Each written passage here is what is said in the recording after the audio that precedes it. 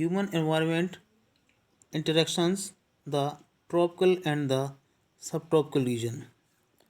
Students, Radko was excited. आज हम पढ़ेंगे इंसानी वातावरण के बारे में और जिसमें हम ट्रॉपिकल और सब ट्रॉपिकल क्षेत्र के बारे में पढ़ेंगे। रेणुका वाज एक्साइटेड, रेणुका बहुत उत्सुक थी। श्रीकांत अंकल उसके घर आने वाले थे लगभग 4 महीने की छुट्टी के बाद। He was a wild life photographer, वो एक वाइल्ड लाइफ फोटोग्राफर थे। एंड ट्रेवल्ड वाइडली, और बहुत दूर तक उन्होंने काफ़ी जगहों की उन्होंने यात्राएं की थी। Renuka interest in wildlife and forest begin at an early age, और रेणुका का जो इंटरेस्ट था उसे शुरुआत से ही जंगली जीवन और जंगलों के बारे में उसका रुझान था। When her uncle introduced her to books on nature, जब से उसके अंकल ने उसे प्रकृति की पर लिखी हुई किताबें, बहुत सारी दूर दूर के क्षेत्रों की फ़ोटोज उसे दिखाई, लोगों की फ़ोटो दिखाई।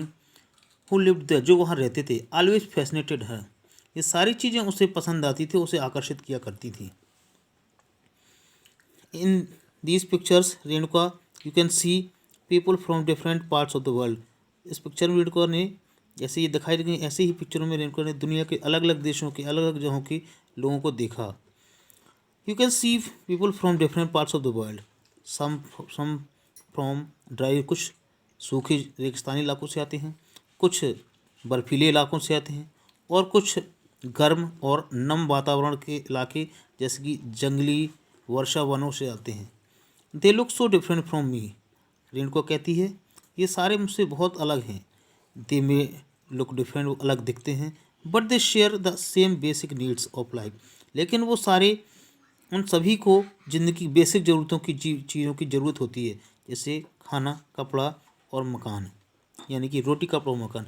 Explain Shrikant uncle, Shrikant uncle ने बताया, their children do not do the same things as you probably do, उनके बच्चे भी वही सारी चीज़ें करते हैं जैसे कि तुम लोग करते हो। प्ले गेम्स, गेम खेलते हैं, क्वेरल्स, समटाइम्स कई बार झगड़ते भी हैं, और देन मेकअप भी करते हैं, गाना गाते हैं, डांस करते हैं, अपने परिवार की मदद करते हैं दूसरी चीज़ों में। That need to be done, जो कि करना भी चाहिए, या फिर जिन्हें इसकी आवश्यकता होती है।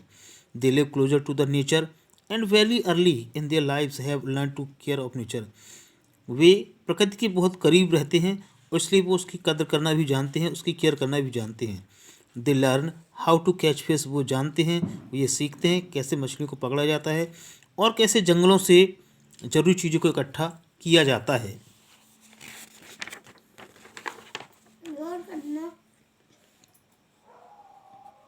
इन चैप्टर्स 8, 9, 10, चैप्टर 8, 9 और 10 में आपने पढ़ा है कि you will learn about the life of people in the different natural regions of the world. आगे आप पढ़ेंगे और दूसरे क्षेत्रों के बारे में जो आपको आगे पढ़ने हैं। Before learning about the Amazon basin, अब हम बात करेंगे अमेजन बेसिन की। अमेजन बेसिन के बारे में पढ़ने से पहले let's look at the map, हम पहले इस मैप की तरफ देखते हैं। Notice that the tropical regions lies very close to the equator, जो इक्वेटर है इसके पास ही ट्रॉपिकल रीजन है, यानी कि अमेजन बेसिन है, इसके बिल्कुल लगा हुआ है। Between 10 degree north and 10 degree south, 10 degree ये और 10 डिग्री ये। It is referred to as the equatorial region, इसे इक्वेटोरियल रीजन ही बोलते हैं। The river Amazon flows through this region, यहाँ से होकर अमेजन नदी बहती है, दुनिया की सबसे बड़ी नदी है। The river Amazon flows through this region, notice how it flows from the mountains to the west, कैसे ये माउंटेन्स यहाँ से बहती है और अटलांटिक ओशियन में उत्तर की तरफ जाकर मिलती है।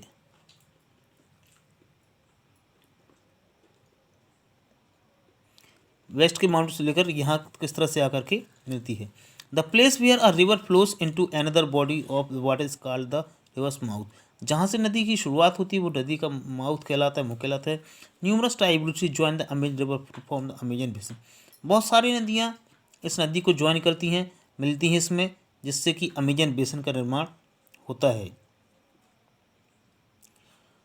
The river basin drains portion of Bengal. ये नदी घाटी या रिवर बेसिन जो होता है वो ब्राज़ील, कुछ हिस्सा पेरू का, बोलीविया का, इक्वेडोर का और कोलंबिया का और कुछ छोटा हिस्सा वेनेजुएला का भी इस नदी के बेसिन में आता है। Name the countries of the basin through which the equator passes. नदी का बेसिन वो कहलाता है जहाँ पर कि किसी भी नदी का डूब क्षेत्र होता है, पानी बढ़ जाने पर वो इलाका जितना जो आता है, ये इलाका अमेजन बेसिन कहलाता है। वेन स्पेनिश एक्सप्लोरर्स, एक बार स्पेनिश एक्सप्लोरर्स जो खोज करता थे, उन्हें अमेजन नदी की खोज थी, तो उन पर कुछ लोकल ट्राइब्स ने हमला किया था, जो कि सिर पर हेडगियर यानी कि सिर पर भी कुछ पहने थे और घास के कपड़े पहने हुए थे, और वो उसमें महिलाएं भी थीं, और जैसे कि रोमन एम्पायर के समय में बताई जाती थी, और उन्हें अमेजन्स कहा जाता था उन वॉरियर्स को, इसलिए इस नदी का नाम अमेजन पड़ा है। ट्राइब्यूटरी, दीज आर स्मॉल, ये छोटी नदियाँ होती हैं जो कि बड़ी नदी में मिलकर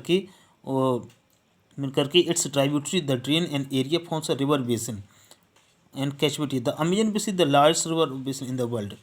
और ये नदियाँ मिलकर के, छोटी बड़ी नदी मिलकर के एक बेसिन बनाती हैं।